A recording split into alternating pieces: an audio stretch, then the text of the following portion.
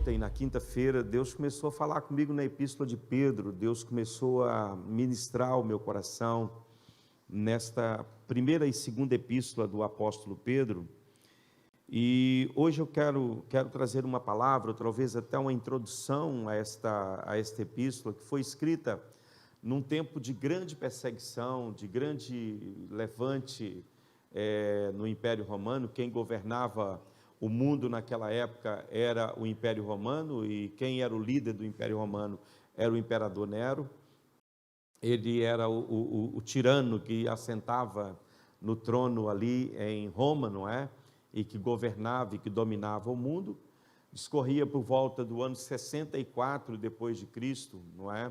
Cerca de 34 anos após a morte de Jesus. A igreja já havia se espalhado por várias partes do mundo, não é?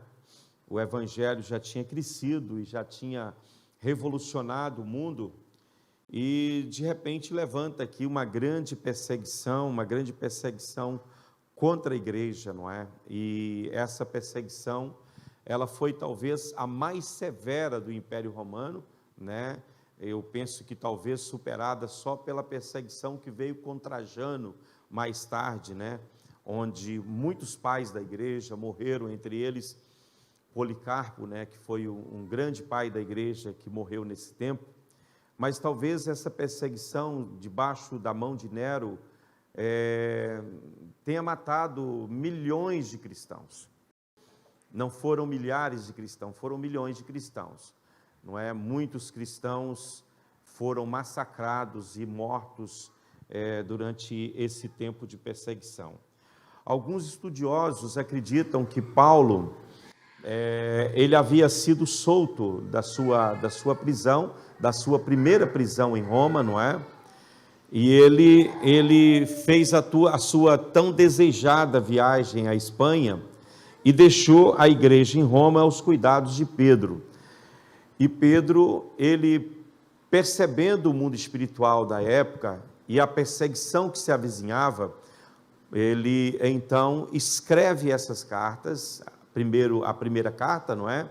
E a segunda carta ele já escreve na prisão, não é? Onde ele já estava sentenciado à morte, a sua morte era iminente quando ele escreve a sua segunda carta. Da mesma forma, Paulo, quando escreveu a primeira carta, havia uma perseguição muito grande, a sua primeira carta a Timóteo, a segunda carta ele já estava preso para ser sentenciado. Parece que o mesmo aqui estava acontecendo com Pedro. Ele estava como responsável pela igreja, e ele então escreve esta carta para os irmãos da Ásia, não é? Os irmãos da diáspora, os irmãos que estavam espalhados por todo o império, em especial aos crentes que estavam na região do Ponto, da Capadócia, de Laodiceia, essa região da Ásia Menor. E ele escreve para fortalecer a fé desses crentes que estavam prestes a passar por grande provação. Conforme está no capítulo 4, verso 12 a seguir do livro da primeira carta de Pedro, Pedro parece que ele profetizava esse fogo da perseguição, né? Ele vai falar: amados, não estranhem o fogo que surge no meio de vocês, destinado a pô-los à prova, como se alguma coisa extraordinária estivesse acontecendo. Ele está escrevendo para dizer aos irmãos: olha, fiquem firmes, porque esta perseguição, ela vai acontecer mesmo. Isso não tem como vocês se livrar disso aí. Isso vai ser uma realidade, vocês vão ter que realmente enfrentar isso aí, não é? Então, quando você lê a carta de 1 Pedro, ela é muito parecida com a carta de Paulo aos Efésios. Inclusive, Pedro cita muitos textos que Paulo cita na sua carta aos Efésios. O verso 3, por exemplo, parece que é quase que uma transliteração, capítulo 1, versículo 3. É uma transliteração de Efésios 1 e 3, parece que é muito próximo, não é? Inclusive, algumas palavras são praticamente iguais. Pedro começa o capítulo 1, versículo 3, da mesma forma que Paulo começa Efésios capítulo 1, versículo 3. Bendito seja o Deus e Pai e Pai de nosso Senhor Jesus Cristo. Só que Paulo diz: bendito seja o Deus e Pai de nosso Senhor Jesus Cristo, o qual nos abençoou com toda sorte de bênção nos lugares celestiais por meio de Cristo Jesus. E Pedro vai dizer: bendito seja o Deus e Pai de nosso Senhor Jesus Cristo, que segundo a sua grande misericórdia nos regenerou de novo, nos regenerou para uma viva esperança mediante a ressurreição de Jesus Cristo dentre os mortos. Por quê? Porque o tema de Pedro aqui, apesar que fosse o mesmo de Paulo, que era a graça de Deus, ele estava falando a respeito da graça de Deus, mas ele queria demonstrar essa graça por meio, através da crença de cada crente na ressurreição de Jesus. A ressurreição de Jesus era a garantia de que todo cristão iria continuar, iria permanecer, não ia parar, Mesmo que a vida cessasse aqui no mundo, ela não cessaria do outro lado, a vida continuaria na eternidade. Então, a certeza que o crente tem, e é claro, tudo na vida cristã se baseia na ressurreição de Cristo. Isso é uma coisa que você tem que guardar no seu coração. A sua fé tem que estar apoiada na ressurreição do Senhor, porque se Cristo não ressuscitou, a nossa fé é vã. A nossa crença não tem sentido, você vai crer em vão, Paulo vai dizer isso no capítulo 15 de 1 Coríntios. Ora, se Cristo não ressuscitou, a nossa pregação é vã, a nossa fé é vã, e nós estamos todos perdidos, Nós estamos todos perdidos. Mas porque Cristo ressuscitou, há esperança para nós, há uma viva esperança para nós, e essa esperança tem que ser mantida mesmo diante do fogo da provação, Então, era como se o Espírito Santo estivesse nos dizendo que Pedro e Paulo, eles concordavam a respeito de verdades profundas. Se você for ver, não tem tempo de trazer para você, mas depois você pode ter essa curiosidade, como eu tive, de comparar os dois livros e de comparar os textos que é muito próximo um do outro. Por exemplo, Efésios 1:3, 1 Pedro 1:3. Depois você tem outras passagens similares, 1 Pedro 1:12, Efésios 3:5, Efésios 3:10, que é muito parecido os textos. 1 Pedro 2:2, Efésios 4:13, 4:15, 1 Pedro 4:10, Efésios 4:7 e verso 11, 1 Pedro 4:11, Efésios 3:6, 3:21, e outras passagens mais que aproximam esses dois escritores. Eles estavam falando de uma verdade, de uma realidade muito próxima aqui. Por que estou fazendo toda essa introdução? Porque eu vou estar ministrando aqui um pouco mais a respeito dessas verdades da carta de Pedro, e eu quero que você entenda e saiba a razão pela qual Pedro escreveu essa carta, para você entender, de fato, o que Pedro quer dizer quando ele coloca as coisas da forma como ele coloca para nós. O tema aqui nessa primeira carta de Pedro é a graça de Deus, está no capítulo 5, versículo 12, 1 Pedro 5:12 fala aí da graça de Deus, Por meio de Silvano, que considera um irmão fiel, Silvano aqui é Silas, Escrevo para vocês de forma resumida, exortando e testemunhando que esta é a genuína graça de Deus, que vocês continuem firmes nessa graça, que vocês continuem firmes, dependendo dessa graça para viver. E o que eu quero com tudo isso é vos exortar para o tempo que está por vir, que o Espírito Santo tem revelado e tem falado ao meu coração. O tempo, e são tempos difíceis, que se avizinham e que se aproximam do horizonte universal, e não é só a nível de Portugal ou mesmo de Sintra, eu estou falando a nível de mundo. Um grande abalo e um grande reboliço está para acontecer no mundo. As pessoas estão se esquecendo de Deus, as pessoas estão se voltando para suas próprias coisas e para suas próprias vidas, e Deus vai começar a balançar, a mover este mundo, E vai estar para acontecer coisas muito difíceis. Então, nós precisamos, como crentes, como servos de Deus, estar alicerçados na fé e esperançosos na graça de Deus, para que não venhamos a ser confundidos nesse tempo.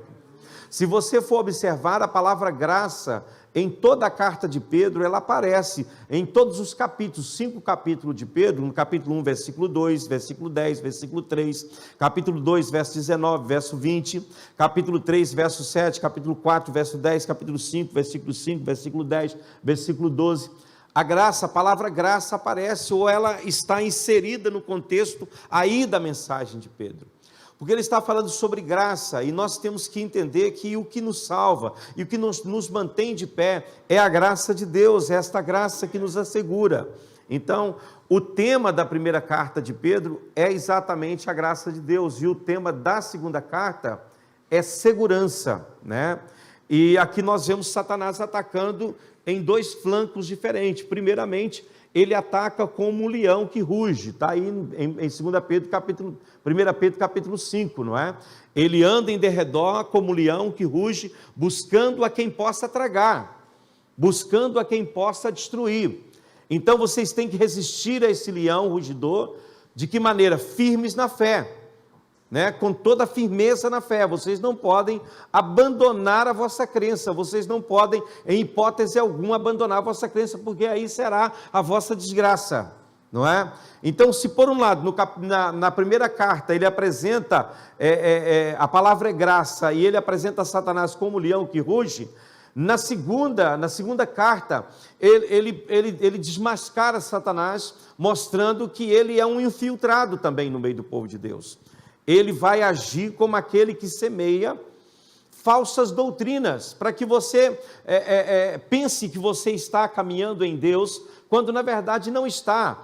E hoje esse barateamento da graça que está acontecendo dentro da igreja é exatamente uma forma de Satanás de despistar os crentes para um outro evangelho.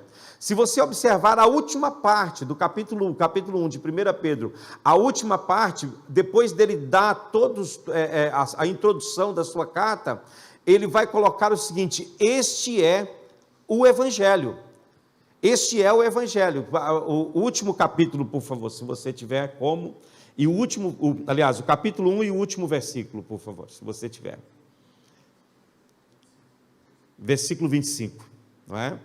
Ele vai dizer: mas a palavra do Senhor permanece para sempre. Esta palavra é o evangelho que foi anunciado a vocês. O que vai manter você no foco, o que vai manter você diante do Senhor, em meio a todos os falsos ensinamentos que virão, é exatamente a compreensão do verdadeiro evangelho. Nós não podemos brincar, irmãos, e não estamos em tempo de brincadeira em relativamente à questão da fé. Nós temos que entender que há um desafio diante de nós.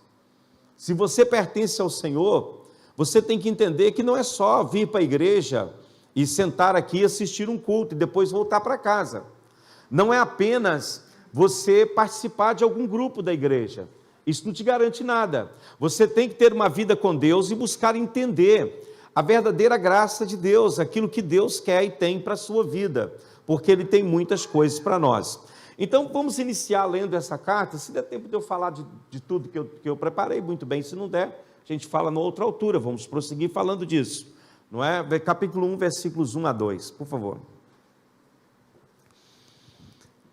Essa saudação ela é importante, por quê? Porque ela traz para a gente quem escreve, o destinatário dessa carta, e traz também para a gente, aí no verso 2, o plano da salvação, não é? É o esboço do plano da salvação. Então vamos lá. 1 Pedro capítulo 1, versículo 1, Pedro, apóstolo de Jesus Cristo, ele se intitula apóstolo aqui. Apóstolo quer dizer enviado, aquele que foi enviado, aos eleitos, ou seja, aos santos, aqueles que foram escolhidos por Deus, que são forasteiros, ou que vivem espalhados, né?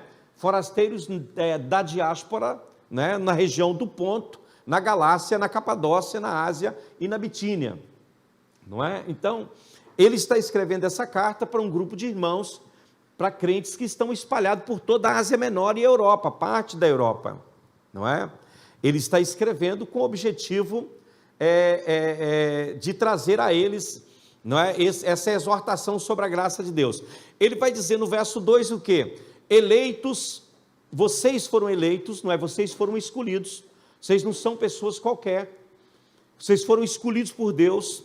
Irmão, esse é um grande privilégio que temos, talvez você não se dê conta disso, mas o maior privilégio que nós como cristãos temos é o privilégio de sermos escolhidos por Deus. Não foi você que escolheu Deus, foi Deus que escolheu você. Jesus diz isso em São João capítulo 15, não foi vós que me escolheste, mas eu escolhi vocês, e vos nomeei para que vades e deis frutos, e o vosso fruto permaneça para a glória de Deus. Então observe que ele começa o verso 2 falando aí desses eleitos. Esses eleitos são quem? São aqueles que creram em Cristo, são aqueles que pela pregação dos apóstolos e dos missionários que foram enviados, haviam crido em Jesus.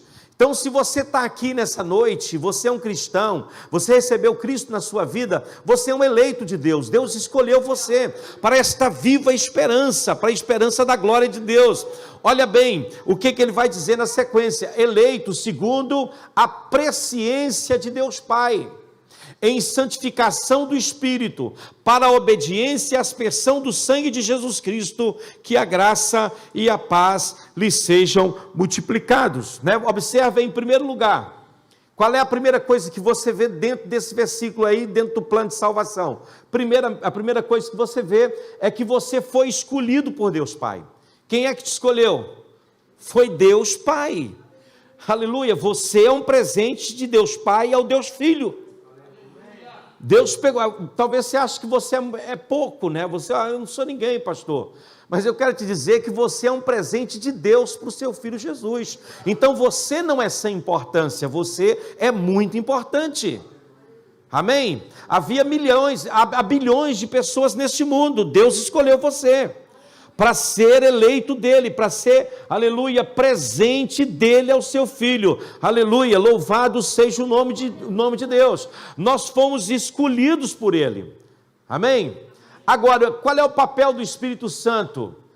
Ele vai colocar aqui, não é? Em santificação do Espírito, ou seja, Deus nos escolheu e quem nos separou da multidão foi o Espírito Santo. Porque santificados aqui quer dizer separados. Você estava no meio de uma multidão, fazendo tudo errado, vivendo uma vida devassa, vivendo uma vida fora de Deus. O Espírito Santo te encontrou, a palavra foi aplicada ao seu coração, e você se voltou para a palavra, e Deus então, por meio do Espírito, te separou da multidão.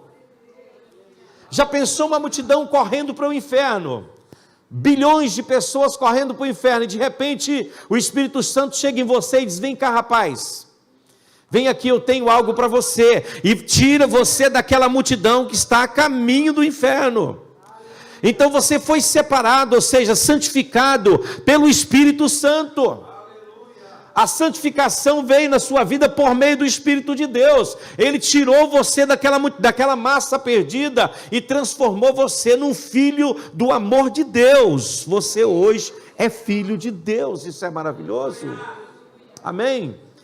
Agora, não só o Deus Pai fez algo escolhendo você, o Deus Filho fez algo, não é? Separando você para a fé, não é? Para a crença no nome de Jesus, mas você recebeu, porque você chegou todo sujo, sim ou não? Você chegou todo amarrotado, todo destruído. Pensa num cara assim, todo atrapalhado, era você quando você chegou para Jesus, sim ou não? Aí o que ele fez com você? Jesus fez algo por você. Ele purificou a sua vida pelo sangue dele. Ele passou o sangue. Você não foi lavado com água, com coisa deste mundo. Você foi purificado pelo sangue de Jesus Cristo. Você foi lavado pelo sangue de Jesus. Isso não é maravilhoso, irmãos? Eu acho isso maravilhoso. Quem era eu? Um escravo do pecado. Para onde estava indo? Para a condenação. O que Deus fez comigo? Ele me escolheu. O que o Espírito Santo fez para mim? Ele me separou. O que Jesus fez por mim? Ele me purificou. Ele me lavou. Ele me transformou. Aleluia. Isso é maravilhoso. Por que eu estou a dizer isso? Porque muitas vezes nós menosprezamos aquilo que temos, a salvação que temos.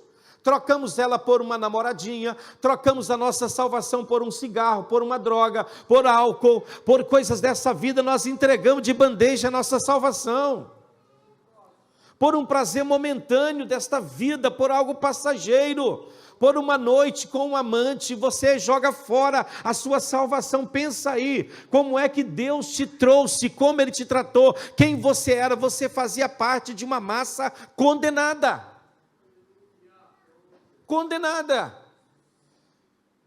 Romanos 3:23 diz: porque todos pecaram e destituídos estão da glória de Deus, todos estão afastados dela.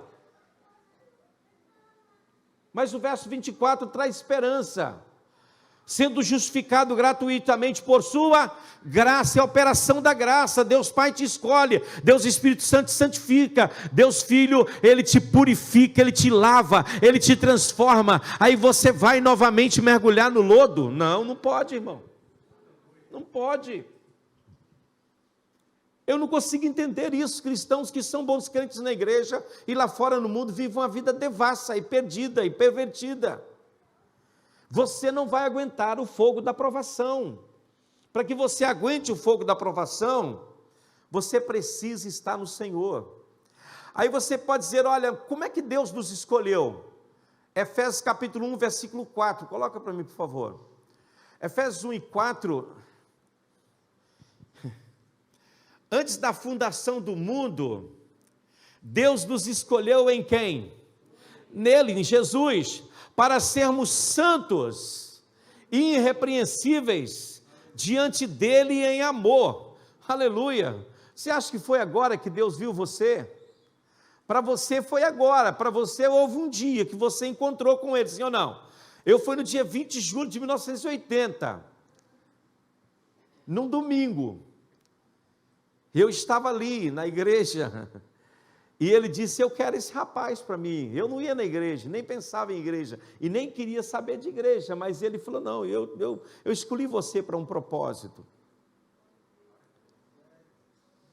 Eu quero você. Só me dá uma chance que eu vou acabar com essa incredulidade do teu coração. E na primeira chance o Espírito Santo me desmontou, completamente. Agora, para mim, começou tudo naquele dia. Para Deus, não. Já terminou, já findou, já acabou, já cessou, porque Deus, Ele não começa nada sem antes ter terminado. Tudo que Deus inicia, Ele já acabou há muito tempo. Então, o seu processo já iniciou há muito tempo.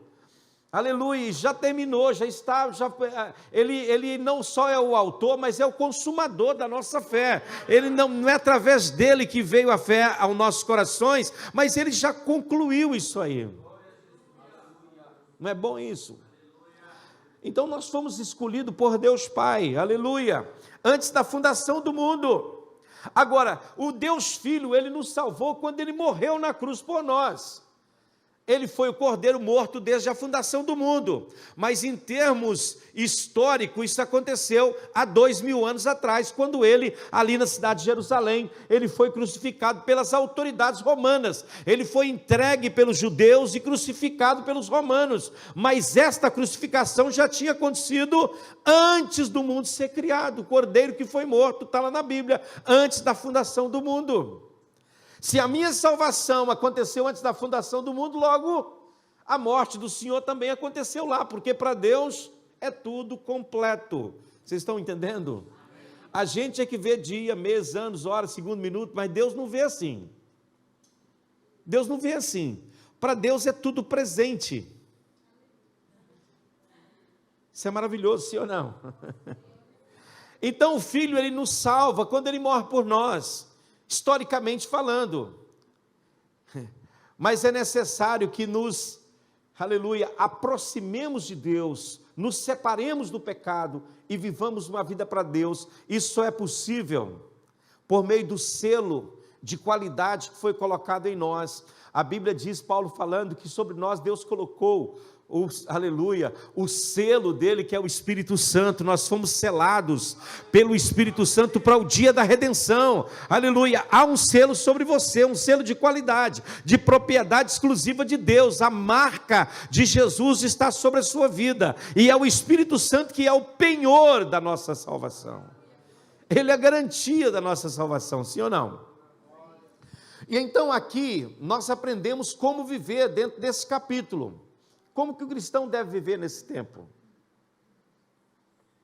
O tempo é mau, o tempo é difícil, nós vivemos numa época muito complicada. A época dos crentes ali, que Pedro escreve para eles também. Nós vivemos num mundo muito hostil, irmão. O mundo espiritual está muito apertado, e quanto mais o tempo passa, a pressão dos tempos vai aumentar. Então, você não tem para onde fugir, porque esse mundo é uma grande, vai se tornar num grande moinho, não é?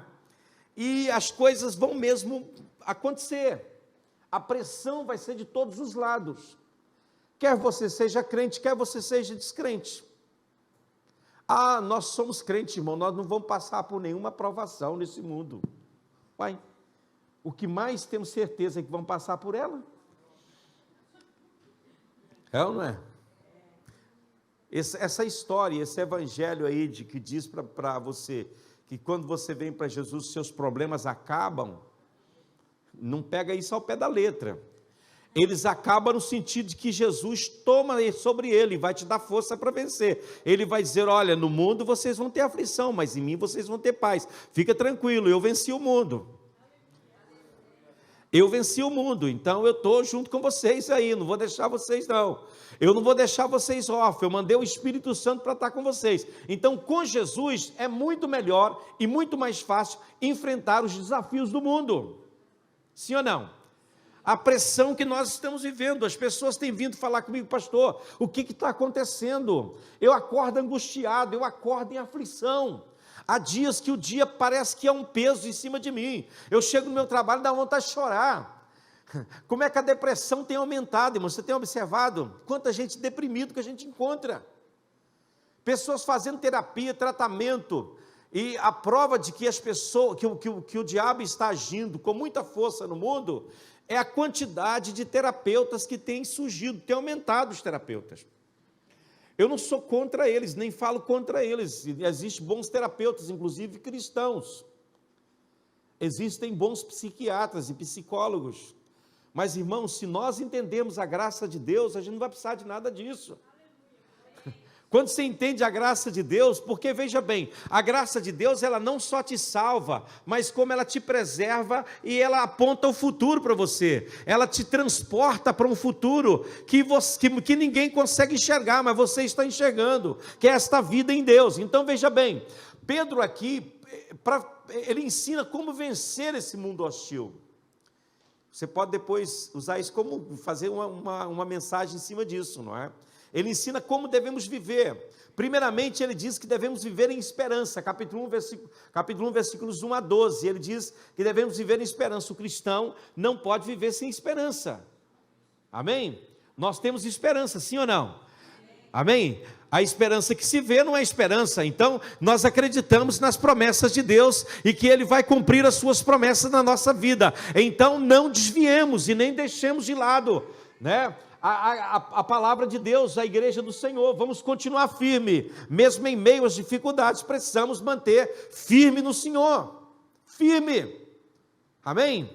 E não reclama também da prova, não vai reclamar não, dá uma choradinha de vez em quando, mas não reclama, ela é boa, está fazendo você crescer, tá ou não está? Você está melhorando cada dia. Se você não se desviar, se você mantiver firme, você vai ver que você está crescendo, está ganhando experiência.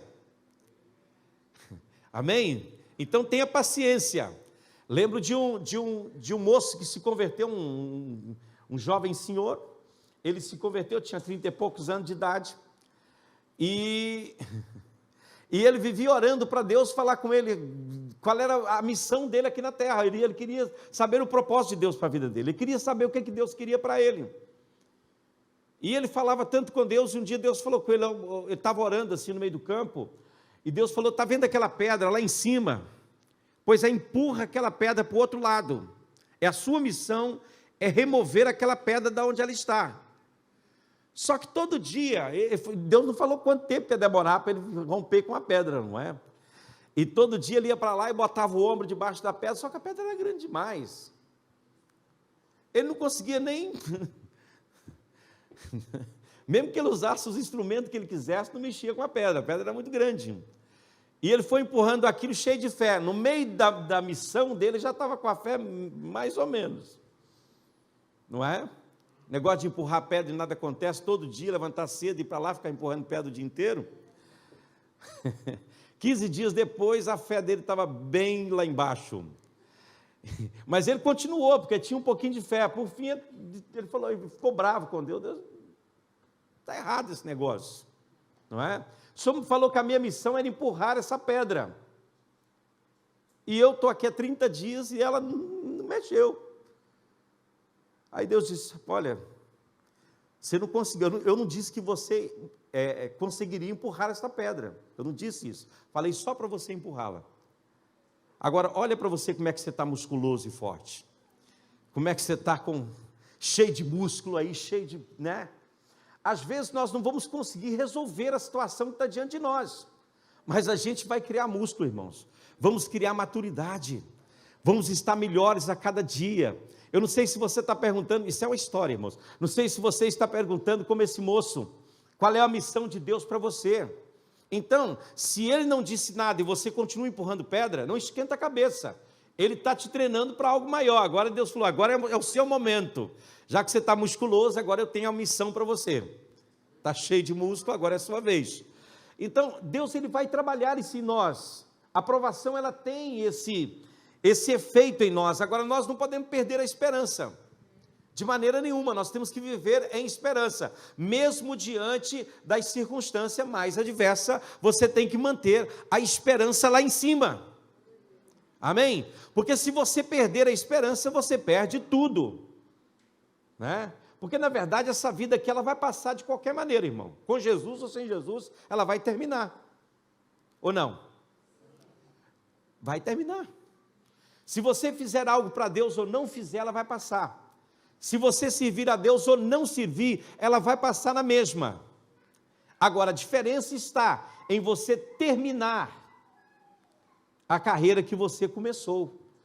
Lá em Apocalipse, capítulo de número 3, verso 21, lá está escrito para o vencedor, não é isso?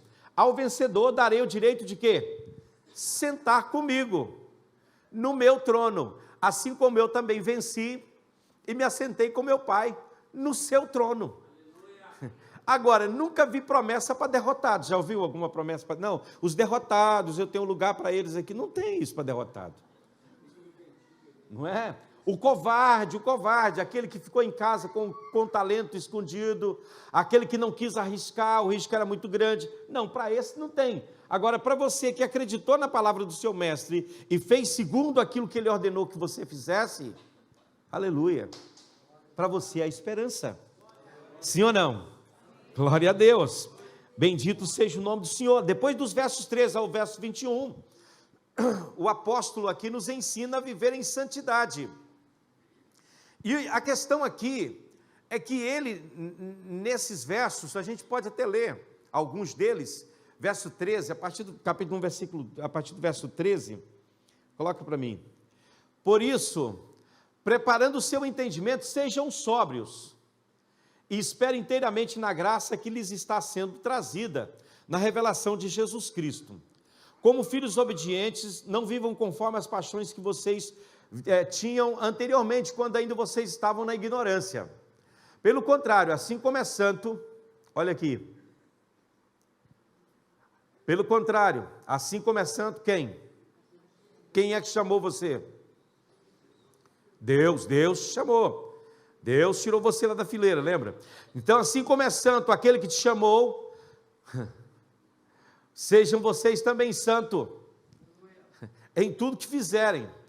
A exigência de Pedro aqui é a mesma de Paulo em Tessalonicense. Seja santo porque quem chamou você é santo. Seja santo como Deus é santo.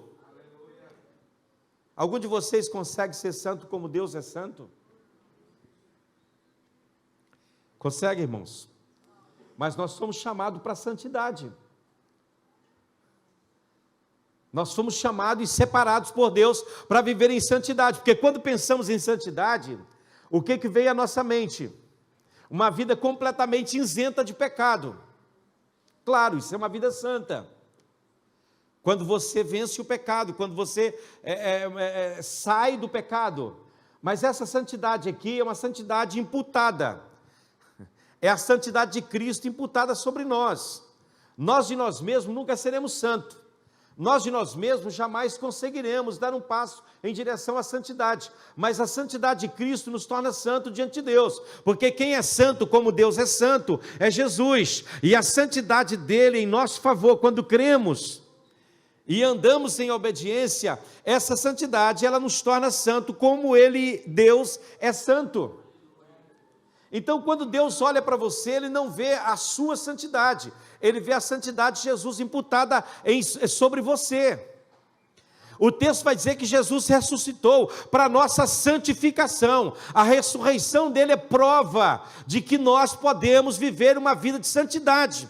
Aleluia, porque a Bíblia diz que Deus não deixaria o seu santo na morte, e nem permitiria que o seu santo visse a corrupção. Então, quando Jesus ressuscita, e o seu corpo não passa pela decomposição, alguém diz que os vermes que vão te devorar já estão no seu corpo, só que os de Jesus, eles não tiveram ordem para iniciar o processo de corrupção do corpo de Jesus. A Bíblia diz que o corpo dele não viu corrupção. É como se uma ordem suprema tivesse sido dada a todos aqueles vermes: podem parar, esse aí não. Porque ele era santo. Aleluia. O seu corpo nunca conheceu o pecado. A vida dele foi uma vida íntegra ao Pai, dedicada ao Pai, perfeita santidade diante de Deus, em tudo que ele fazia, em palavra, obras, e tudo que ele dizia, ele era santo. Aleluia, a Bíblia diz que ele em tudo é como nós, foi tentado, mas sem pecado. Ele nunca pecou, ele nunca pecou. E vai dizer lá o texto de Hebreus 2, que pelo fato dele nunca ter pecado, ele pode socorrer a nós em nossas tentações e provações. Amém? Vocês estão aí? Viver em santidade, isso é bom ou não é, irmãos?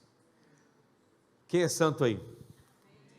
Pode dizer, irmão, você é santo. Pode dizer, enche o peito aí. Se você está em Jesus, pode encher o peito. Agora, se você não está em Jesus, meu amigo, Deus está olhando você como pecador miserável.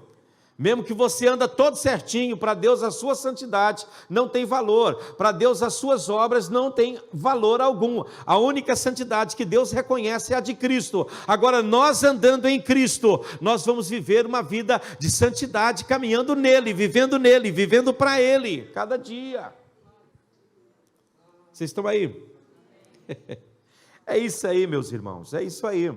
E os últimos versos deste capítulo, Pedro aqui nos exorta a viver em harmonia. Viver em harmonia é viver em unidade, é viver sem preconceitos, é viver uma vida, aleluia, olhando para o irmão e considerando o irmão. Então, se você quiser vencer nesse tempo que a gente está vivendo, primeiro, você tem que ter esperança, porque se você não tiver esperança, você está perdido, irmão, você está completamente perdido. Quando você desperta de manhã, abre os seus olhos, o que vem ao seu coração e à sua mente? Não sei quem eu sou, nem onde eu estou, nem para onde eu vou, nem qual eu sou, como diz o mineiro, né? Sei de onde eu estou, qual eu sou, para onde eu vou.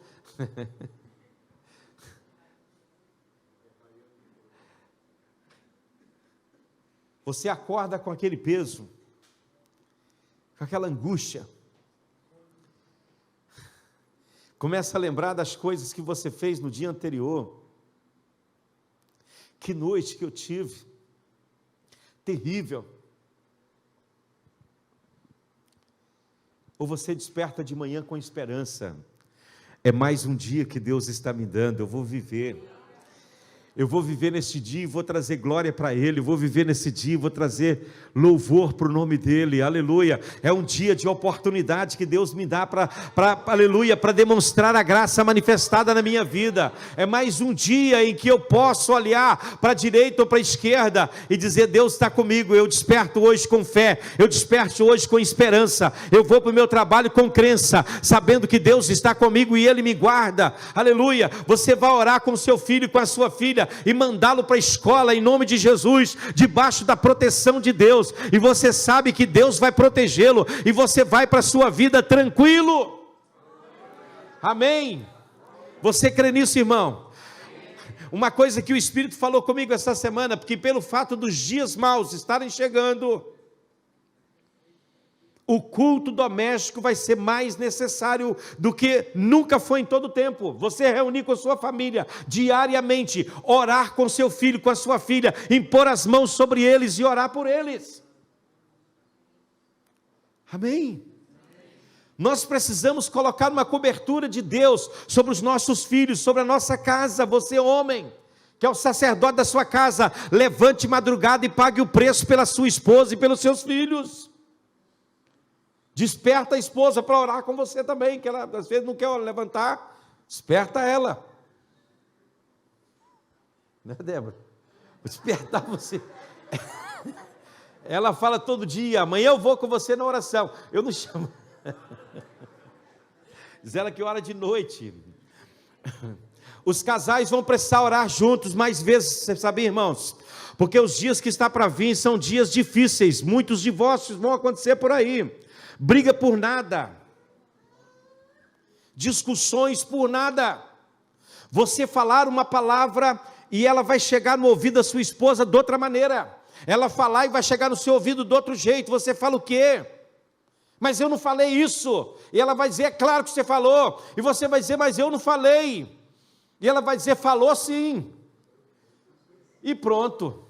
Você sabe que não falou e ela sabe que ouviu. E aí a coisa fica feia. Pode amarrar mesmo, está amarrado em nome de Jesus e tem que amarrar mesmo, mas você tem que amarrar no joelho, na oração, no clamor, orando a Deus, para Deus não permitir espírito de confusão entrar dentro da sua casa. Porque o diabo, ele é sujo, não é por falta d'água, tem muita água nesse mundo e muito sabão. Ele é sujo porque ele é sujo mesmo, ele é o terror, não é? Da cercania aí, ó. E ele vai tentar colocar tropeço na sua frente. Você fala: puxa vida, estava indo tão bem até que nós fizemos jura de amor de manhã, e de noite eu já queria matar ela, ou ele matou ela. Não é matar não, mais ou menos por aí.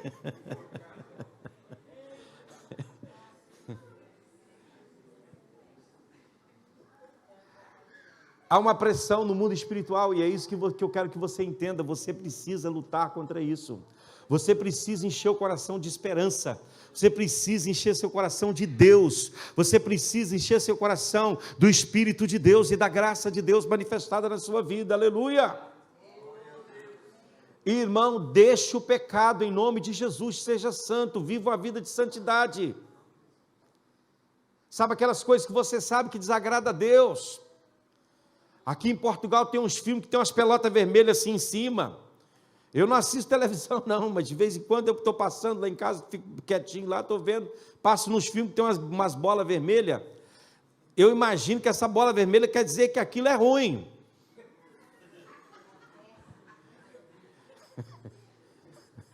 Eu não sei, eu não assisto TV. Eu passo anos, meses sem ver televisão, sem ligar a televisão.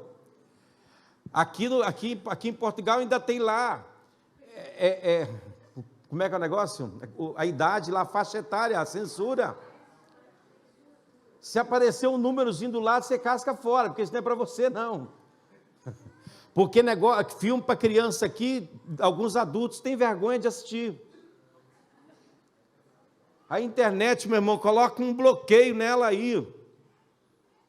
Coloca um bloqueia algumas palavras e algumas coisas lá. Não dá lugar para a carne não, em nome de Jesus. Você quer vencer nesse tempo, quer que a sua casa seja uma casa abençoada, se desvencilhe de tudo aquilo que te arrasta para o pecado. Acerte a sua vida com Deus, coloque a sua vida no altar do Senhor.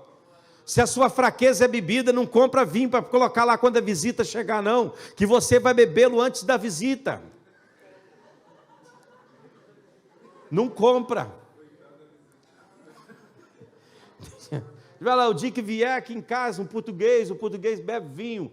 E você, brasileiro, às vezes bebe também. Eu não estou dizendo aqui que, pronto, sobre essa questão, eu não quero entrar no mérito disso. A Bíblia proíbe a embriaguez.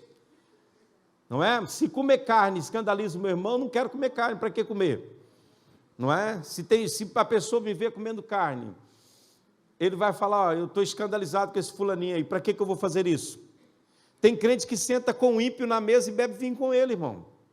Como é que você vai ganhar essa pessoa para Jesus, sabe quando? Nunca. Nunca. Então, vamos colocar as coisas no lugar que tem que estar. A Bíblia diz que devemos evitar o pecado, fugir dele. Amém? Estão aí? Amém. Porque tentado todos nós seremos, irmãos. A Bíblia não diz que nós não vamos ser tentados. Não existe essa promessa na Bíblia, não vá buscar lá não. Tentado todos nós seremos. Entrar em tentação não é pecado. Cair e ceder à tentação é pecado. Você dá lugar à tentação e voltar-se para praticar aquilo que desagrada a Deus, isso é errado. Então viva uma vida de santidade, porque se você viver uma vida de santidade, fazendo o beabá, fazendo o básico, se você sabe que algo é pecado, por que você vai enfiar nisso aí, cara? Por que você vai colocar a sua vida aí? Você sabe que mentir é pecado, por que você mente? Não, pastor, aquela da despesa não tem, que tem uma das, lá na minha terra eles falam que tem a mentira da despesa. Não tem mentira da despesa, irmão. Aquela mentira para se safar, não é? Aquela que você conta para limpar a sua cara. Irmão, o problema da mentira é que você tem que inventar mais mentira, entendeu? Para proteger aquela mentira, e isso vira uma bola de neve. Daqui a pouco você não sabe mais o que fazer. Mentira é igual dinheiro emprestado de agiota, você nunca consegue pagar e nunca consegue resolver, a não ser que você conte a verdade, diga, olha, não tem jeito, vamos zerar esse negócio aqui. Então, a vida com Deus precisa ser uma vida de santidade. Você quer prevalecer nesse tempo? Então, deixa o pecado. Deixa o pecado. Né? Há casais aí que sentam para ver filmes impróprios juntos. Isso é pecado, irmão. O diabo vai entrar no seu casamento, vai separar vocês, vai destruir a vida espiritual de vocês. Daqui a pouco o divórcio acontece, não sei o que aconteceu. E o problema é que muitas vezes você vai se divorciar e vai se casar de novo, aí é outro problema que está aí. Então pare um pouco e pense a respeito, reflita sobre a sua vida. Viva uma vida para Deus, coloque Deus no centro da sua vida e viva para Ele em santidade. Se é errado, evite isso. Se é pecado, não se meta por aí. Você sabe que esse caminho é o caminho do mal, mas você quer entrar por ele. Ah, pastor, não, sai do pecado, meu irmão, deixa o pecado. Sabe qual é os momentos mais fáceis de você escorregar? É quando as coisas estão acontecendo bem na sua vida. Porque quando a coisa aperta, você pede para tudo quanto é santo. Você pede tudo que você consegue, você agarra em tudo. Você faz campanha no monte, você faz campanha na praia, você faz campanha na igreja, você ora, porque está feia a coisa. Agora, quando está tudo bem, para que orar? Orar é exatamente aí que você precisa se prostrar diante de Deus. É exatamente nesse ponto que você tem que clamar a Ele, estar na presença dEle, dizer, Deus me guarde, me proteja, porque quando tudo vai bem, é aí que está o problema muitas vezes. A tendência de esquecer de Deus, foi isso que o rei Lemuel pediu para Deus, Senhor, não me dê nem a pobreza e nem a riqueza, não me dê a riqueza para que ficando rico, eu me esqueça de Ti e blasfeme de Ti. Agora não me dê a pobreza para que quando eu estiver lá no ralo, eu venha olhar para o Senhor e blasfemar e dizer que o Senhor me abandonou. Então, me dê o equilíbrio das coisas aí. Dê o sustento diário, o pão de cada dia, me sustenta com a... Aleluia, me guia, me dê aquilo que o Senhor prometeu na Tua palavra. E Deus vai cuidar de você, irmão, Deus vai zelar por você, Deus vai ajudar você, vai te ajudar a caminhar em vitória na presença dEle.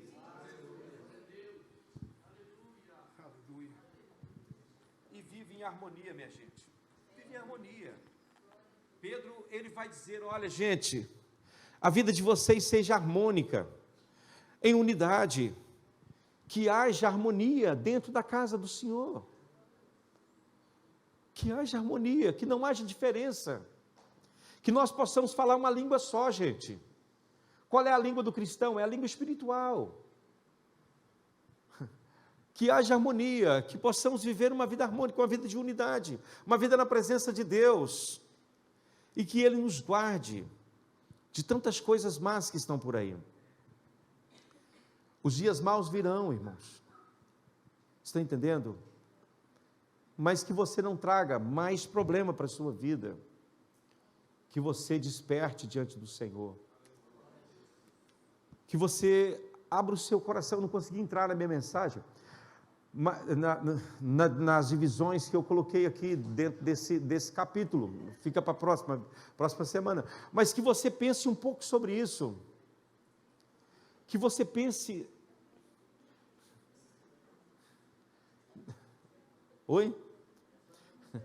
em estabelecer a sua fé, e só a meditação na palavra, uma vida no altar, é que vai de fato te dar um embasamento de fé, que você consiga romper, vencer. Aleluia. Vamos orar, gente. Vamos orar. Que Deus desperte o seu coração. Vigia, meu irmão. Jesus falou: vigiai e orai, para que você não entre em tentação, para que você não caia em tentação. Amém? O espírito está pronto, irmãos, mas a carne é fraca. Vigia, ore, observe o seu caminho, como você está se conduzindo diante de Deus. Quero que você pense sobre a sua fé, sobre a sua caminhada com Deus, como está. Não crie pecado de estimação na sua vida, não. Se você sentir que há algo que está mal na sua vida, manda embora, expulsa isso, pede a Deus força, pede a Deus força para você caminhar, irmão. Ele é que dá força para a gente, sabe? Ele é que protege a gente, nos guarda. Na oração do Pai Nosso, Jesus, Ele falando sobre essa parte, Ele diz: não nos deixe cair em tentação, mas livrai-nos do maligno, porque o mal ali, a tradução correta seria maligno. Livrai-nos do maligno. Não nos deixe cair quando formos tentados. A tentação vai vir. Jesus, escrevendo a uma das igrejas da Ásia,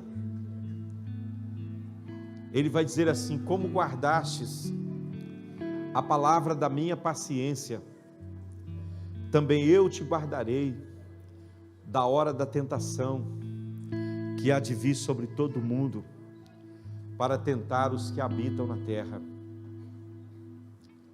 Eis que venho sem demora, guarda o que tem, para que ninguém tome a sua coroa. Como guardastes a palavra da minha paciência. Guarde a palavra de Deus, irmãos, e Deus te guardará da tentação. É muito triste você passar a sua vida inteira na igreja e ir para o inferno. É muito triste, sabia? É muito difícil. Aleluia.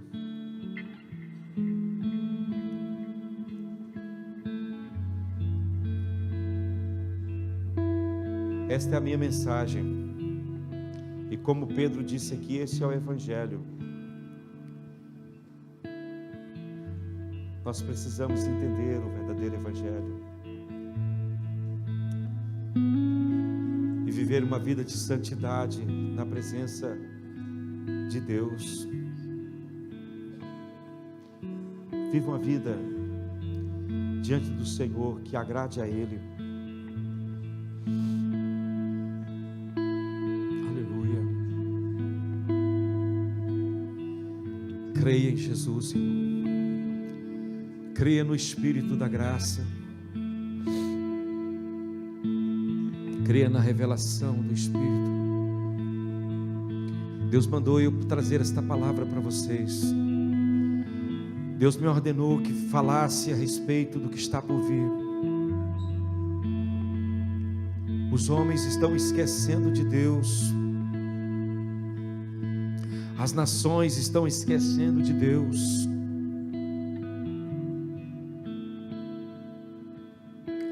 E Deus está irado com o mundo. A ira de Deus está para ser derramada sobre a terra. Que Deus nos guarde desse momento de aflição que está por vir. Que Deus nos proteja e nos livre de todo mal.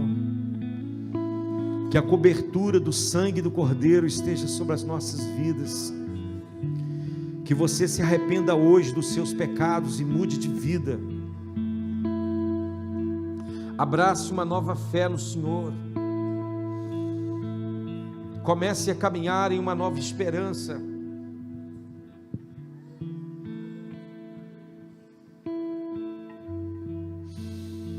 Deixa Deus falar consigo nessa noite. Abra o seu coração para Deus.